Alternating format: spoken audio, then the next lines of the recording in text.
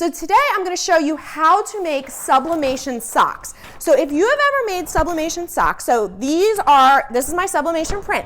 As you can tell, this is going to make one pair of socks. However, previously on my 15 by 15 heat presses, because of the size of the socks, they're more than 15 inches, I would have to go at an angle, corner to corner, in order to press, which meant I could only do one sock at a time. Well, this heat press, because it's 20 inches long, allows me to I could do 3 or 4 socks at a time. So you'll see, and I'm only going to do one pair right here, but because I am able to fit all of these socks, and I'm going to show you, these are like the little molds that I use to put the socks on, which you want to do because it stretches the fibers to gives you a more intense color when the sock is then put on and kind of stretched. So you could see I could fit one more here, but 3 is actually really good. So this is great because, as I said before, when I had the smaller press, I had to go at an angle, and then obviously you can only do one because it was only long enough that, corner to corner. I'm actually going to work directly on my press here with these sublimation prints. So I got to get this all ready. So all I'm going to do, I'm just going to trim these down, and then we'll do, like I said, 2 at a time. So we'll just press them at 400 degrees. Oops. We will press them at 400 degrees for 1 minute on each side. Okay, so get that all ready. I need to grab some tape. Okay, so these socks, these are sublimation socks. These are actually also from Pro World. So I just put them, I made these little molds from just cardboard. It's chipboard or something that I've put together. But I do this so you can see it kind of stretches the sock out a little bit. And then that way, like I said, when you put the sock on, especially for dark colors, when the fibers are stretched around the sock, they kind of get a little bit duller.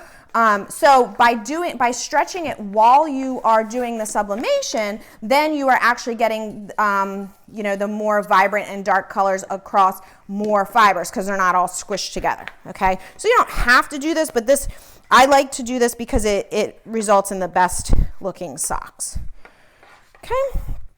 And you can see these have been used. Okay, and this is the back of the sock, which we will do separately. Second. Okay.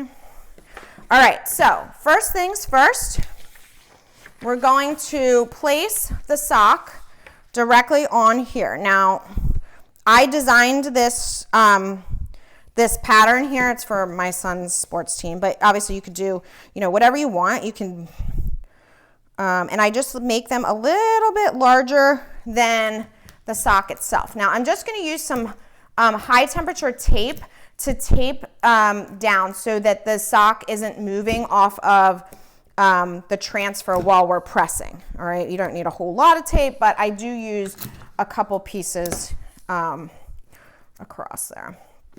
All right, and then I'll do the same thing. Whoops, this piece got stuck on the table, a couple of them. Okay, so that's ready. Now we'll just do the same thing with this one.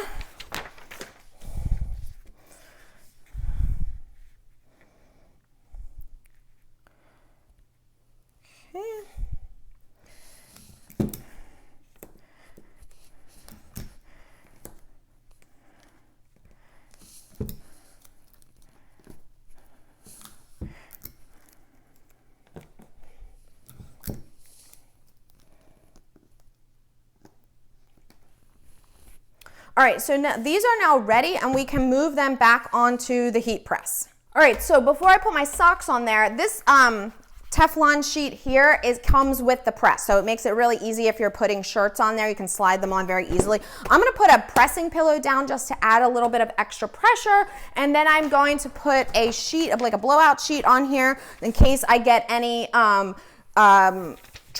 like sublimation ink, which I likely will because, as you can see, I have some bleed area there. And then you are going to place your socks so their face, so the sublimation print is all the way to the top. Now, what you can see is that this easily fits on my press. And then I'm going to place the other one on there as well. Okay.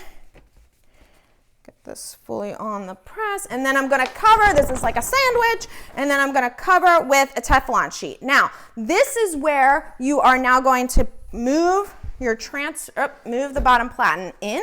Oopsie, a little bit off here. Okay, and I have to reach, and 60 seconds for 60 seconds at 400 degrees for these socks. Okay, now, so while that's getting ready, while that's pressing, I'm going to get these socks ready. This is going to obviously go on our other side. All right, so the nice thing is I don't need to worry about this because it's going to open itself. See that? And now I can be doing other things while I'm waiting for this. Okay, so now it is ready, so I'm going to pull the bottom drawer out. All right, we'll remove all of our layers. Okay, so you can see how nicely this first side of the sock came out. Okay, it's perfect. So this side's still white, so we'll get to that in a second. And it's a good thing that I had this blowout sheet here, because look at that. All of that would have either been on the bottom part of my press or on this Teflon or this pressing pillow, which we certainly don't want because it'll transfer to other, you know, if you were doing another surface afterwards, it would transfer to that, okay? All right, so now it's time to do the other side of those socks. So let's move back to the table and I'll show you how to prepare those, because it's not quite as simple as just press it onto the bottom, the other transfer. Okay, so now we're ready to do this side of the transfer. So what you don't want to do is just place it on here and go. What you actually want to do is you want to kind of scoot this little edge over just a tad. And the reason is you want to have a little bit of area here so that you avoid having a white line down the side of each sock. So this way there'll be a little bit of overlap of the sublimation area, but there won't be a white line, okay? So I just kind of scoot and roll, and all the way up and down, I now have a little bit of area. So now I can prepare this. Okay, and we do have this gray line at the top, so I try to line it up that way on both sides, so at least that gray line goes all the way around the top of the sock, okay? And then we'll again tape down. Okay, so these are all ready, and now I can move those back to the heat press for the second side, and then we will be completely done. Okay, so we are ready. I'm gonna actually try to place this directly where it was the last time, so we, add all our layers. One more time. Press that bottom plate in, and another 60 seconds. Okay, and now once these are done, we'll take that off that cardboard mold, and then these socks will be done. So here we're going to go again where it's going to automatically open for us.